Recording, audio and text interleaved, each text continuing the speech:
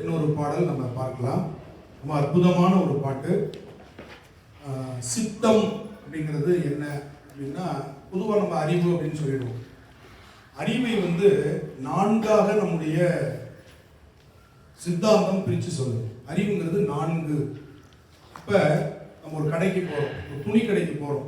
பார்த்த உடனே அந்த கடையில் அவங்க வச்சிருக்கிற அலங்காரம், அந்த துணிகளை அடுக்கி வைத்திருக்கிற பாங்கு, இதெல்லாம் பார்த்தோன்னே நமக்கு முதல்ல பிடிக்கும். அதுக்கு பேர் மனம்னு பேர். அறிவினுடைய முதல் ஸ்டெப் என்னது? மனம். மனம் என்ன பண்ணுன்னா, பார்க்கிற பொருளை எல்லாம் பற்றும் போய். ஒரு குழந்தைய சாக்லேட் ஷாப்புக்கு கூட்டு போனா, விளையாட்டு பொருள்கள் இருக்கிற இடத்துக்கு கூட்டு போனா, அது எல்லாத்தையும் பார்த்து விரும்பும். அப்படி பண்றதுக்கு பேரு மனம்னு பேர். இந்த அறிவு 4 விதமா செயல்படுது நமக்கு. அடுத்தது, நாம என்ன வாங்கணும்னு செலக்ட் பண்றோம் பார்த்தீங்களா? ஒரு பெரிய சூப்பர் மார்க்கெட்ல போய் நாம என்ன வாங்கணும்னு செலக்ட் பண்றோம் பாருங்க, அதுக்கு பேர் புத்தின்னு பேர். புத்தி தீர்மானிக்கிறது என்னது? புத்தி செலக்ட் பண்றது. அடுத்தது என்னன்னா சித்தம். இது நம்ம பட்ஜெட்டுக்குள்ள அடங்குமா? இது நமக்கு இப்ப தேவையா? இல்ல அடுத்த மாசம் வாங்கிக்கலாமா? இது இல்லைன்னா நமக்கு என்ன ஆயிட போகுது? சிந்திக்கிறோம் இல்லையா? அதுக்கு பேர் சித்தம்னு பேரு. சிந்திக்கிற இடத்துல அதுக்கு என்ன பேரு? சித்தம். கடன் வாங்கினாலும் பரவாயில்ல, கிரெடிட் கார்டில் வாங்கிடுவோம் முடிவு பண்றோம் பாருங்க, அதுக்கு பேர் அகங்காரம். அதுக்கு பேர் முடிவெடுத்தல். முடிவெடுக்கிற கெப்பாசிட்டிக்கு பேர் என்னது? அகங்காரம். நல்லதா முடிவெடுக்க, வேண்டாம் முடிவெடுத்தாலும் அகங்காரம் தான். ஒரு பொருள் நம்ம வேண்டாம்னு சொல்லலாம், நோ சொன்னாலும் அகங்காரம் தான், எஸ் சொன்னாலும் அகங்காரம். இப்ப இந்த 4 அறிவுன்ற ஒன்னே நம்ம சொல்லி முடிச்சிடறோம். ஆனா தமிழ்ல எவ்வளவு அதை நுணுக்கமா சொல்லியிருக்காங்க பாருங்க. பற்றுகிற அறிவுக்கு பேரு மனம்னு பேர். அதனாலதான் இப்ப நம்ம வீட்டுக்கு வராங்க, காபி சாப்பிடுறீங்களா, டீ சாப்பிடுறீங்களா அப்படின்னு கேட்கறாங்க. ஏதா இருந்தாலும் பரவாயில்ல அப்படின்னா அவனுக்கு பற்று, மனநிலை சரியில்லை. ஏன் அவனுக்கு ஒரு பிடித்தம் சொல்ல மாட்டேங்கிறான் பாருங்க. இந்த ட்ரெஸ் எடுத்துக்கிறேன், அந்த ட்ரெஸ் ஏதோ ஒன்று எடுத்துட்டு வாங்க வீட்டில். அவ்வளோ வெறுத்துட்டு இருந்தாலும் வீட்டில் மனைவி ட்ரெஸ் உங்களுக்கு எடுத்துட்டு வரணும், என்ன எடுத்துட்டு வந்து ஏதோ ஒன்று எடுத்துட்டு வா அப்படின்னு சொல்றான் பார்த்தீங்களா? அப்ப அவனுக்கு மன அழுத்தம், மனநிலை பாதிப்பு இருக்குன்னு நம்ம புரிஞ்சுக்கலாம். அவங்கள என்னன்னு சொல்லுவோம்? மனநிலை பாதிப்பு இருக்கிறாங்க. ஏன்? பற்றுகிற தன்மை இல்லை. ஒரு இயல்பான மனம் பற்றுகிற தன்மை இருக்கணும். சாப்பாடு எப்படிங்க இருக்கு, பரவாயில்ல அப்படின்னு சொல்லணும், இல்லை நல்லா இருக்குன்னு சொல்லணும், நல்லா இல்லைன்னு சொல்லணும். கம்முன்னு சாப்பிட்டு எந்திரிச்சு போறாங்கன்னு வச்சுக்கேன்.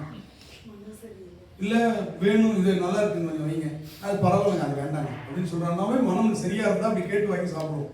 வேண்டாம் வேணும்னு சொல்லாம இருந்துச்சுன்னா மனசு சரியில்லைன்னு புரியுதா? அடுத்தது சில பேர் என்ன பண்ணுவாங்க தெரியுமா? புடவை 2 எடுத்துக்கிட்டு, நான் இதை எடுத்துக்கிட்டுமா இதை எடுத்துக்கிட்டுமா, எனக்கு எது நல்லா இருக்கும், புத்தி சரியில்லைன்னு. ஏன்? தீர்மானிக்க தெரியல பாருங்க. நமக்கு என்ன தேவைன்னு நமக்கு தெரியல. வருத்தப்படக்கூடாது. நிறைய பேர் இப்ப பாருங்க, புத்தி நமக்கு சரியா வேலை செய்யலைன்னா செலக்ட் பண்ண தெரியாது. நம்மளால செலக்ட் பண்ண முடியாது. இந்த 12th முடிச்சுட்டு பிள்ளைங்க பாத்தீங்கன்னா 12th வரையும் அவங்க போட்டு இறுக்கமா படிக்க வச்சுட்டு புத்தி பேதலிச்சிருக்கு நிறைய பேருக்கு. அதுங்களுக்கு என்ன கோர்ஸ் எடுக்கிறதுன்னு தெரியாது தெரியுமா? சில பேர் தான் அது தெளிவா இருப்பாங்க. பல பேர் கேட்பாங்க என்ன எடுக்கிறது அப்படின்னா, அவங்க புத்தி வேலை செய்யல. ஏன்? அவங்கள ஒரே மாதிரியா படிக்க வச்சிட்டோம். அவங்களுக்கு உலக அறிவே இல்லை. அதனால என்ன பண்ணுவாங்க? செலக்ட் பண்ற நாலேஜ் நமக்கு இல்லைன்னா நமக்கு புத்தி இல்லை. நான் என்ன சாப்பிடட்டும்னு கேட்கக்கூடாது, எனக்கு என்ன வேணும்னு கேட்கணும். புரியுதா இல்லையா? அதுதான் புத்தி. அதுதான் புத்தியினுடைய இயல்பு பாருங்க, செலக்ட் பண்றது. 3வது பாருங்க, அதுக்கு நம்ம என்ன சொல்லுவோம் தமிழ்ல? அவனுக்கு புத்தி சுவாதீனம் இல்லைன்னு சொல்லுவோம். ஒவ்வொன்றுக்கும் பாருங்க, எல்லாத்தையும் மென்டல் டிசார்டர்னு சொல்லிடுறாங்க இங்கிலீஷ்ல. எல்லாத்தையும் மென்டல் இல்லைன்னா மென்டல் டிசார்டர் இல்லையா? ஆனா தமிழ்ல பாருங்க, மனநிலை பாதிப்பு, புத்தி சுவாதீனம் இல்லை, புத்தி பேதலிச்சு போச்சு அப்படின்னு சொல்லுவோம். அடுத்தது பாருங்க, சிந்திக்கிற ஆற்றல். ஐயோ வேணாம்னு நினைச்சேன், இதை நான் பண்ணிவிட்டேனே, தப்புன்னு தெரிஞ்சது, வேணாம்னு நினைச்சேன் பண்ணிவிட்டேனே, அப்படி சிந்திக்காம பண்ணிடுறோம் இல்லையா? அதுக்கு பேரு சிந்திக்கிற ஆற்றல் இல்லை. அவங்களுக்கு சித்த சுவாதீனமற்ற நிலைன்னு அர்த்தம். சித்த பிரமம் பிடிச்சிருக்குன்னு அர்த்தம். சிந்திக்க தெரியல அவங்களுக்கு, யாருக்கு எப்படி பேசுறது தெரியல. சிந்திக்கிற தன்மை இல்லைன்னா சித்த பிரமம். முடிவெடுக்கிற தன்மை, இதுதான் வாங்கணும், இதைத்தான் எல்லாரும் வாங்கணும் அப்படின்னா அது அகங்காரம். புரியுதா? இப்ப நான் என்ன சாப்பிட்றேனோ அது எல்லாரும் சாப்பிடுங்க. ஹோட்டல்ல போய் ஒரு ஆர்டர் பண்ணுவாரு, எல்லாரும் சாப்பிடுங்க, பிடிக்குதோ பிடிக்கலையோ, அது அகங்காரம். அந்த முடிவெடுக்கிறதுக்கு பாருங்க, சில பேர் நீங்க பார்த்துருக்கலாம், வீட்டுல 10 பேர் இருப்பாங்க, ஒருத்தர் தான் முடிவெடுத்துட்டு இருப்பாங்க வீட்டுல. ஒரு ஆணோ பெண்ணோ அவங்க வீட்டுல எப்படி இருக்கான்னு தெரியாது. ஆனா முடிவெடுக்கிறது பாருங்க, ஒருத்தவங்கள்ட்ட தான் அந்த பவர் வரும். அப்போ அந்த இது எடுத்துக்கிறாங்க, அது பேர் ஆளுமை தன்மை. நீங்க தப்பா எடுத்துக்கூட லீடர்ஷிப். அதுதான் முடிவெடுக்கிற ஆற்றல் ஒருத்தனுக்கு இருக்குன்னா லீடர்ஷிப் இருக்குன்னு அர்த்தம். அவன் சரியா முடிவெடுக்கிறானா தப்பா முடிவெடுக்கிறான்றது அவனுடைய சித்தத்தை பொறுத்து. அவனுக்கு சிந்திக்கிற ஆற்றல் இருந்தா முடிவு சரியா இருக்கும், சிந்திக்கிற ஆற்றல் குறைவா இருந்தா முடிவு தப்பா இருக்கும், அவ்வளவுதான். ஆனா அந்த டிசைடிங் அத்தாரிட்டி இருக்கு பாருங்க, அது சில பேர்கிட்ட தான் இருக்கும். அது வந்து எல்லாத்தையும் இருக்காது. ஆளுமை தன்மை மாங்கு மாங்கு மாங்கு மாங்குன்னு வேர்க்க விறுவிறுக்க சமைப்பாங்க. நல்லா பிரமாதமா ட்ரெஸ் பண்ணிட்டு வந்து பரிமாறிட்டு பேர் வாங்கி கொடுக்கணும். இது பைத்தியம் மாதிரி நிற்கணும், அடுக்கு நைட்டு போட்டு எவ்வளோ வருஷத்துக்கு சமைச்சு நம்மளும் பரிமாறுறது பேர் வாங்கி கொடுக்குறோம். பார்த்துருக்கீங்களா? நிறைய வீட்டில் பார்த்துருக்கோம்.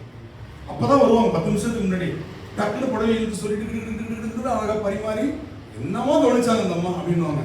சமைச்சது பூரா உள்ள ஒரு அம்மா இருக்கும், அவங்க தலைமுறையெல்லாம் கலைஞ்சிட்டு அது முன்னாடி கொண்டு வராதிங்கன்னு. அதுதான் அவ்வளோ சுவையாக சமைச்சது. ஏன்? யார் பரிமாறணும், எப்படி பரிமாறணுன்ற அந்த முடிவெடுக்கிற அதிகாரத்தை கையில் எடுக்கிறாங்க பார்த்தீங்களா? அதுதான் ஆளுமை தன்மை அப்படின்னு சொல்றோம். இப்போ இந்த நாளில் முக்கியமானது எது அப்படின்னா சித்தம். அதுதான் சொல்றாரு, சித்தம் தெளிவீர்கள். இப்போ புரிஞ்சுட்டீங்களா? ஒரு வார்த்தை தான், அறிவு தெளிவுன்றது இல்லை, சித்தம் தெளிவு. இதை வந்து சித்தத்தில் அழகா இருக்கிறவங்கள சிவபெருமான் வந்து ரொம்ப பிடிக்குமா. அதுதான் மாணிக்கவாசகர் சொல்றார், சித்தம் அழகியார் பாடாரோ நம் சிவனை இத்தனையும் வேண்டும் எமக்கேலோர் எம்பாவாய். சித்தம் அழகியார் தான், சிந்தனையே அழகா இருப்பாங்க பாருங்க. அவன் சிந்திக்கிறது ரொம்ப அழகா இருக்கும். அப்படின்னா அழகுன்றது நம்ம வந்து வரைகிற பொருள், பார்க்கிற பொருள் நினைச்சிட்டு இருக்கிறோம். அறிவால அழகா இருக்கிறத மாணிக்கவாசகர் சொல்றார். அவனுடைய நினைவுகள், அவனுடைய எண்ணங்கள், தாட்ஸ் சொல்றோம் இல்லையா, அதுவே அவ்வளவு அழகா இருக்கும் அப்படின்னு சொல்றது இருக்கு பாருங்க. அதுதான் ஞானிகளுடைய நிலைமை. அதுதான் இங்க சொல்றாரு. அப்படி செய்யணுமா, உன்னால முடியலையா, திருவாரூர் போவாங்க. சித்தம் தெளியும், சித்தம் தெளிவீர்கள் அத்தன் ஆரூரை. நம்முடைய அன்புடையவன், அத்தன்னா அன்புடையவன், ஆரூருக்கு வா, பக்தி மலர் தூவு, அவனுக்கு அழகான மலர்களை தூவு, முக்தியாகுமே. உனக்கு சித்தம் தெளிவு இருந்தாலும் முக்தியை பற்றி நினைப்பேன், முக்தியாகுமே, ஏன்னா அது முக்தி தரும் திருவாரூர். அடுத்து சொல்றாங்க, எனக்கு பிறவி வேண்டாம், இந்த ஒரு பிறவியோட போதும் அப்படின்னு நம்ம முடிவு பண்றோமா? சரி, பிறவி அறுப்பீர்கள் அரவன் ஆரூர். அரவன் தான் என்னது? தர்மராஜா இருக்கிறான். யாரு? சிவபெருமான். அவர் தான் தர்மராஜா. யமன் அவனுக்கு கீழே இருக்கிற அசிஸ்டன்ட், யம தர்மராஜன் அவன். ஆனா ஒட்டுமொத்த அரவன் யாரு? சிவபெருமான். அதனால அவன் இருக்கக்கூடிய இடத்துக்கு வந்து அவனை மறவாது ஏத்துமின் துறவியாகுமே. துறவு மனப்பான்மை. துறவுன்னா நம்ம நினைக்கிற மாதிரி தாடி வளர்த்து காட்டுக்குள்ள ஓடி போறது இல்லை. வீட்டில் இருக்கும் பொழுதே ஒரு கட்டத்துக்கு மேல் இதெல்லாம் நமக்கு வேண்டாம், நோ சொல்லி பழகுறதுன்னு ஒரு கான்செப்ட் உண்டு. அது இங்கிலீஷ்ல சொல்றாங்க, அது நம்ம தமிழர்களுடைய வேண்டாம்னு சொல்லி பழகுது. இன்னும் கொஞ்சம் சாப்பாடு வேண்டாங்க, இன்னும் கொஞ்சம் துணிமணிகள் வாங்கிக்கணும், வேண்டாம் இது போதும். அப்ப அந்த வேண்டாம்னு சொல்றது இருக்கு பாருங்க, அதுதான் துறவு மனம். ஆனா நம்ம என்ன பண்ணிட்டு இருப்போம், குடும்பத்துக்குள்ள தான் இருப்போம். 70 வயசாயிடும், 75 வயசாயிடும், பல்லெல்லாம் ஆடும், முறுக்க தீபாவளிக்கு சாப்பிட முடியாது, கொஞ்சம் நுணுக்கி கொண்டு வாங்க. வாரியார் ரொம்ப அழகா இதை சிலாகித்து சொல்லுவார், அது கொஞ்சம் நுணுக்கி கூடன்னு, ஏன் அதை விட்டு தொலைய அப்படின்னு. அந்த வயசுல கூட நுணுக்கி தின்னா உனக்கு என்ன பிரச்சனை வந்துருக்கு. அந்த வயசுலயே வீட்டுல வந்து இது வாரியார் சொல்றது. வீட்டுல பாத்தீங்கன்னா புதுசா கல்யாணம் ஆகி வந்திருப்பாங்க, அந்த பொண்ணு வந்திருக்கும், அது வரையும் அம்மா அம்மான்னு பையன் அப்படிதான் இருப்பான். பொண்ணு வந்தவொடனே அதை கூட்டிட்டு நானும் வருவேன் ஆரம்பிச்சு இருப்பாங்க. புரியுதா? இதுவரையும் என்னதானே கோயிலுக்குலாம் கூப்பிட்டு போவாங்க, எங்க பையனை விட்டுட்டு போறாங்க. அப்ப அந்த துறவு மனப்பான்மை வரல. நானும் வருவேன் நிற்பாங்க. கோயிலுக்கு போனா நானும் வருவேன், கடைக்கு போனா நானும் வருவேன் அப்படின்னு நிற்பாங்க. முடியாது, இவங்களை தள்ளி தள்ளி தள்ளி கூட்டிட்டு போறதுக்குள்ள போதும் போதும் ஆயிடும். ஆனா கேட்க மாட்டாங்க அந்த ஆசை. அந்த துறவு மனப்பான்மை வரல பாருங்க. கூப்பிட்டா கூட நோ, நான் வீட்டில் இருக்கிறேன், நீங்க போயிட்டு வாங்க, வீட்டை நான் பார்த்துக்கிறேன், பிள்ளைங்களை நான் பார்த்துக்கிறேன், நீங்க போயிட்டு வாங்க, நீ அனுப்புற தன்மை வருது பாருங்க. அப்ப அந்த இளைஞர்கள் எல்லாம் உங்களை தாங்குவாங்க. நீங்க அவங்களை தொந்தரவு பண்ண பண்ண பண்ண அவங்களுக்கு வெறுப்பு தான் அதிகமாகும். நீங்க நினைச்சிருப்பீங்க நம்ம கவனிச்சுக்கிறோம், அப்படி கவனிப்பே தொல்லையா மாறிடும். ஒரு நீங்க கொங்கு நாடுலாம் போனீங்கன்னா நல்லா இருக்கீங்களான்னு 100 பேர் கேட்பாங்க வீட்டுல தனித்தனியா. சொல்லியே நமக்கு ஜுரம் வந்து நல்லா இருக்கு நல்லா இருக்கு சொல்லிட்டே வச்சுங்களேன். அதுலயே நமக்கு டயர்ட் ஆகி நம்ம நல்லா இருக்கு, ஒரு மணி நேரம் கழிச்சு வர்றாங்க ஓய்வு எடுத்துக்கிறேன். ஏன் ஓய்வு எடுத்துக்க, நல்லா தான் நல்லா இருக்கேன்னு சொல்லி கொஞ்சம் டயர்ட் ஆயிடுச்சு, நான் ஒரு நேரம் ஓய்வு எடுத்துட்டு வரேன்னு சொல்லி. இப்போ நம்ம கவனிக்கிறதே என்ன ஆகிடும், நமக்கு டயர்ட் ஆகிடும். வீட்டில் ஒருத்தவங்க கேட்குறாங்களா, கேட்டுட்டாங்க ரைட், அவங்க கேட்டாங்க, நம்ம அவங்க காதால நம்மளும் கேட்டுட்டோம் ரைட், மகிழ்ச்சி அப்படின்னு நினைக்கிறது இருக்கு. இந்த மாதிரி நம்ம நல்லது செய். அதனால தான் திருவள்ளுவர் சொன்னார், நன்றாற்றல் உள்ளும் தவறு உண்டாம். நல்லது செய்யறதுல கூட தவறும். அவரவர் பண்பறிந்து ஆற்றாக. அவனுக்கு என்ன பிடிக்கும் பிடிக்காதுன்னு தெரியாம நாமளா போய் பிடிக்கும்னு நினைச்சு செஞ்சோம்னா அது தவறு வந்துடும். கல்யாணத்துல எல்லா சாப்பாடும் வைப்பாங்க, நமக்கு ஏதாவது ஒன்று பிடிக்காதது வந்துடும். அதை ஏன் செய்வானே, அதையே சொல்லுவானேட்டு அதை முதல்ல சாப்பிடுவோம். ரொம்ப பிடிச்சிருக்குன்னு திருப்பி கொண்டு வச்சிருவோம். என்ன பண்ண முடியும்? உணவு வேஸ்ட் பண்ணக்கூடாதுன்ற எண்ணத்துல நம்ம இருக்கோம். அதை முதல்ல தின்னுடுவோம்னு தின்னோம். ஐயா ரொம்ப பிடிக்கிறது 2 கரண்டி வச்சுக்கணும். நினைச்சு பாருங்க நம்ம நிலைமை எப்படி எல்லாம் இருக்கும். இதான் நன்றாற்றலும் தவறு உண்டாம், அவரவர் பண்பு அறிந்து ஆற்றா கிடையாது. இப்ப பாருங்க இந்த பாட்டு எவ்வளவு அழகா இருக்கு. அப்படி பெருமானை வணங்க இந்த துறவு நோ சொல்றது இருக்கு பாருங்க, வேண்டாம்னு ஒதுக்குற தன்மை இருக்கு பாருங்க, அது வருமா துறவியாகும். இயல்பாகவே துறவு மனப்பான்மை. அடுத்து துன்பம் துடைப்பீர்கள். துன்பத்தை துடைக்கணும்னு நினைக்கிறீங்களா? அன்பன் ஆரூர், அணி ஆரூர், அழகான ஆரூர்ல இருக்க நம்முடைய அன்பர். நன் பொன் மலர் தூவ என்றால் தங்க புஷ்பம்னு அர்த்தம் இல்ல. தங்க புஷ்பம்னா உங்களுக்கு தெரியும், சொர்ணப்பட்டின்னு சொல்லுவாங்க. சொர்ணப்பட்டி பூ கேள்விப்பட்டிருக்கீங்களா? அல்லது கொன்றை, இந்த பூக்கு பேரு தங்கப்பூனே பேரு. அதான் நன் பொன் மலர் தூவ. இன்னொன்னு மஞ்சள் கடம்பு, மஞ்சள் நிறத்தில் இருக்கிற பூக்கு பேரு நன் பொன் மலர். தங்கப்பூவை தூவ சொல்லல, தங்க நிறத்தில் இருக்கிற பூ கொன்றை மலரை பெருமானுக்கு வணங்குன்னு சொல்ற. நண்பன் மலர் தூவ இன்பமாகுமே, அந்த துன்பம் என்னவா மாறிடும்? இன்பமாக மாறிடும். அடுத்தது உய்யல் உய்வீர்கள். ஒரு இதுல இருந்து விடுபடணும்னு நினைக்கிறீங்க. உய்தல்னா என்னது? ஒன்றுல இருந்து விடுபட்டு. ஐயன் ஆரூர், ஐயன்னா தலைவன் இருக்கிறான், எங்க? ஆரூர்ல இருக்கிறான். கையினால் தொடர்ன, உன் கையால கும்பிடு சாமிய, உன் கையினால் தொட நையும் வினைதானே. நைதல்னா இப்ப ட்ரெஸ் நஞ்சு போனா என்ன ஆயிடும்? கிழிஞ்சு அதுல இருந்து விடுபடுது இல்லையா? உன் வினை அது மாதிரி நைந்து போகும், விலகி போகும் அர்த்தம். பிண்டம் அரிப்பீர்கள், இந்த உடம்பு வேண்டாம், உயிர் பெருமானை அடையணும் அப்படின்னு நினைச்சோம்னா அண்டன் ஆரூரை, இந்த உலகத்திற்கெல்லாம் யூனிவர்சல் காடா இருக்கக்கூடிய இறைவன் இருக்கிறான் இல்லையா, அந்த ஆரூருக்கு வா, அவனை கண்டு மலர் தூவ அப்படின்னா போய் துணிக்கணும். யாராவது திருவாரூர் போறாங்க அப்படின்னா ஒரு 100 ரூபா உண்டியல்ல போட்டு கொடுத்தா போடாது. பெங்களூர்ல இருந்துகிட்டு உனக்கு வாய்ப்பு கிடைக்கும் போது என்ன பண்ணணும்? போயிட்டு வர. சபரிமலை போறவங்களுக்கு கொடுத்தன்னு போவாங்க, திருப்பதி போறவங்களுக்கு கொடுத்தன்னு போவாங்க, தப்புன்னு சொல்ல வரல. ஆனா நாம போகாமலே இருக்கக்கூடாது. அதனால கண்டு மலர் தூவ விண்டு வினை போமே. இந்த விண்டு போதல் அப்படிங்கிற ஒரு சொல் வந்து சில பக்கத்துல உண்டு. உடைதல் தான். இப்ப நம்ம புதுசா தோசை கல் வாங்கி தோசை சுடுறவங்க எல்லாருக்கும் தெரியும். வருமா? எங்களுக்கு இன்னைக்கு வரையும் வரல. ஏனோ புது தோசை கல்வி சொல்றீங்க, கல்யாணம் ஆகி 40 வருஷம் ஆச்சு இன்னும் வரல அப்படின்னு இருக்கிறவங்க பார்த்துட்டு இருக்கிறேன்.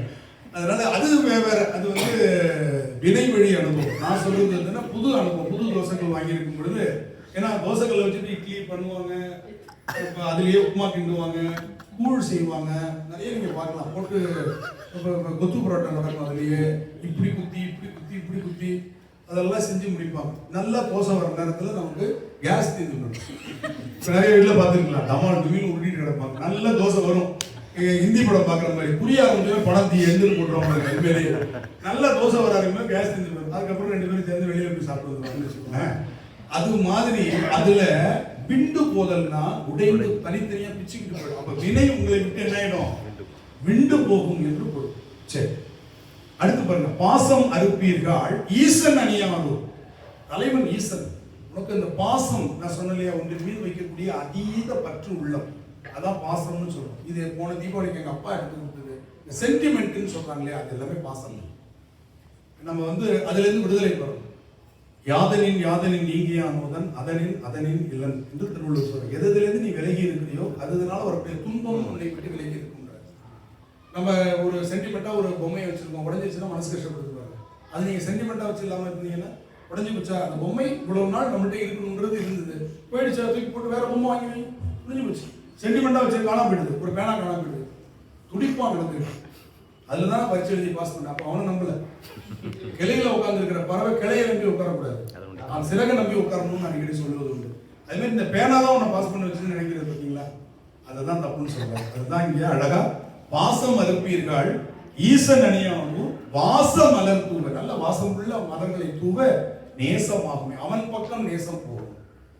அடுத்தது வெய்ய வினை தீர.